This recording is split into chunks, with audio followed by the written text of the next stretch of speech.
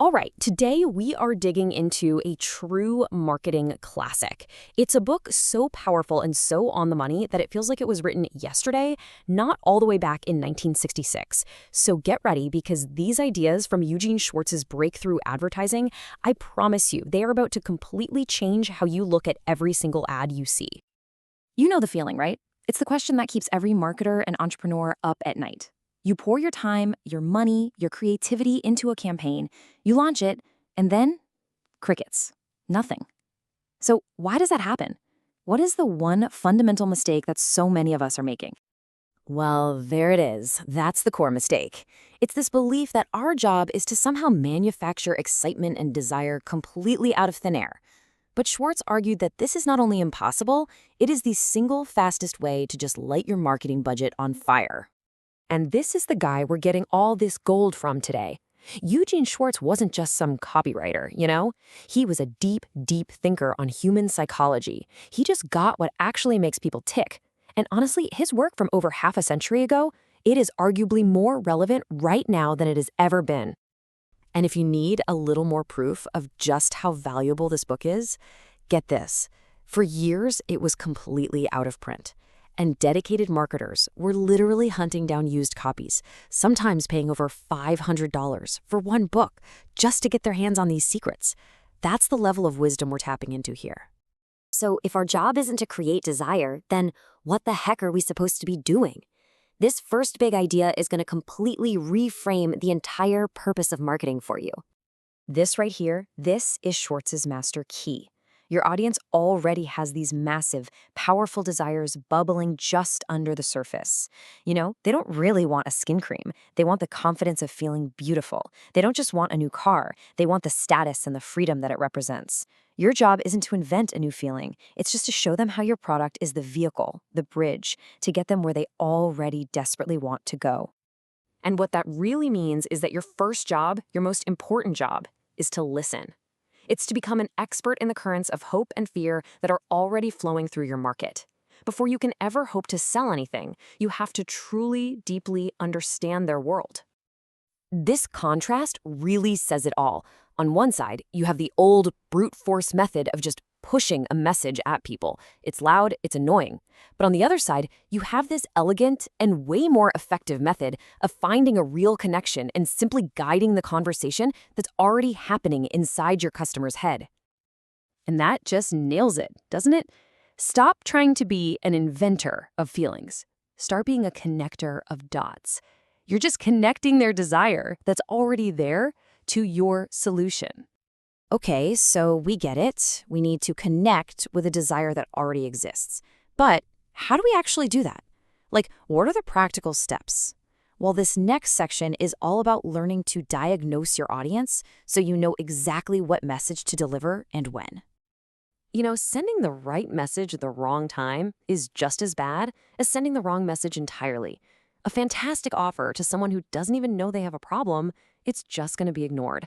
So the question is, how do you get the timing perfect? Schwartz's first tool here is about zooming out and looking at the market as a whole. You have to ask yourself, how many similar products have these people already seen? How many ads have they been bombarded with? Because the answer to that question dramatically changes how you need to talk to them.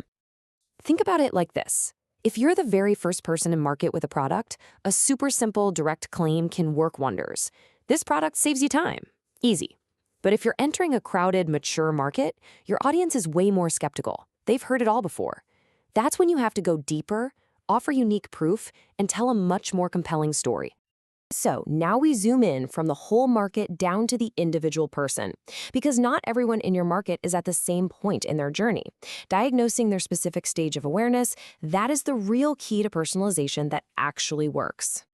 And this is his famous framework. It's so powerful. For someone who is unaware, you can't talk about your product. You have to talk about their hidden problem, maybe with an article called, "Why You're So Tired All the Time." For someone who's solution-aware, you don't have to convince them a solution exists. You have to convince them your product is the absolute best solution.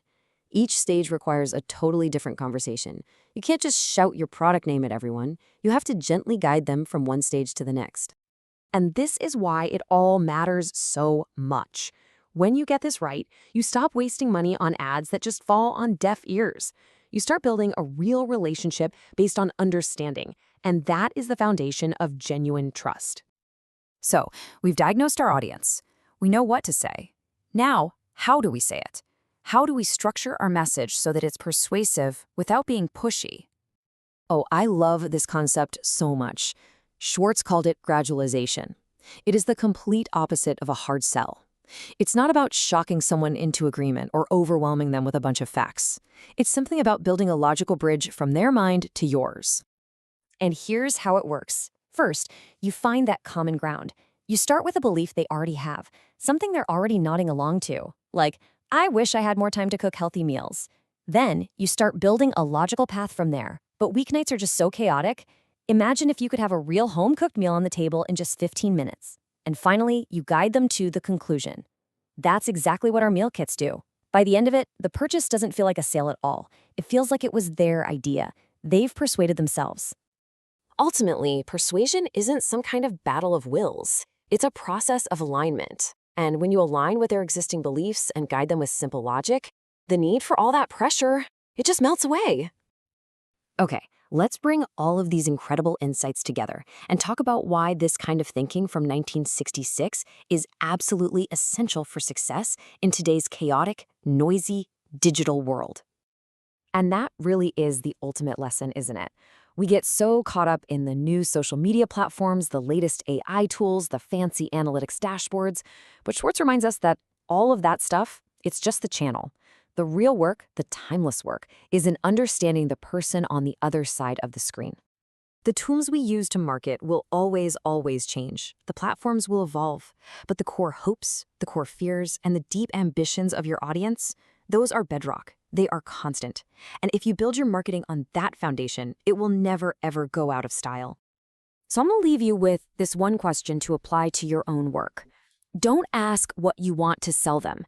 Instead, ask yourself this: what powerful desire, what deep-seated hope or nagging fear does my audience already have that I can help them resolve?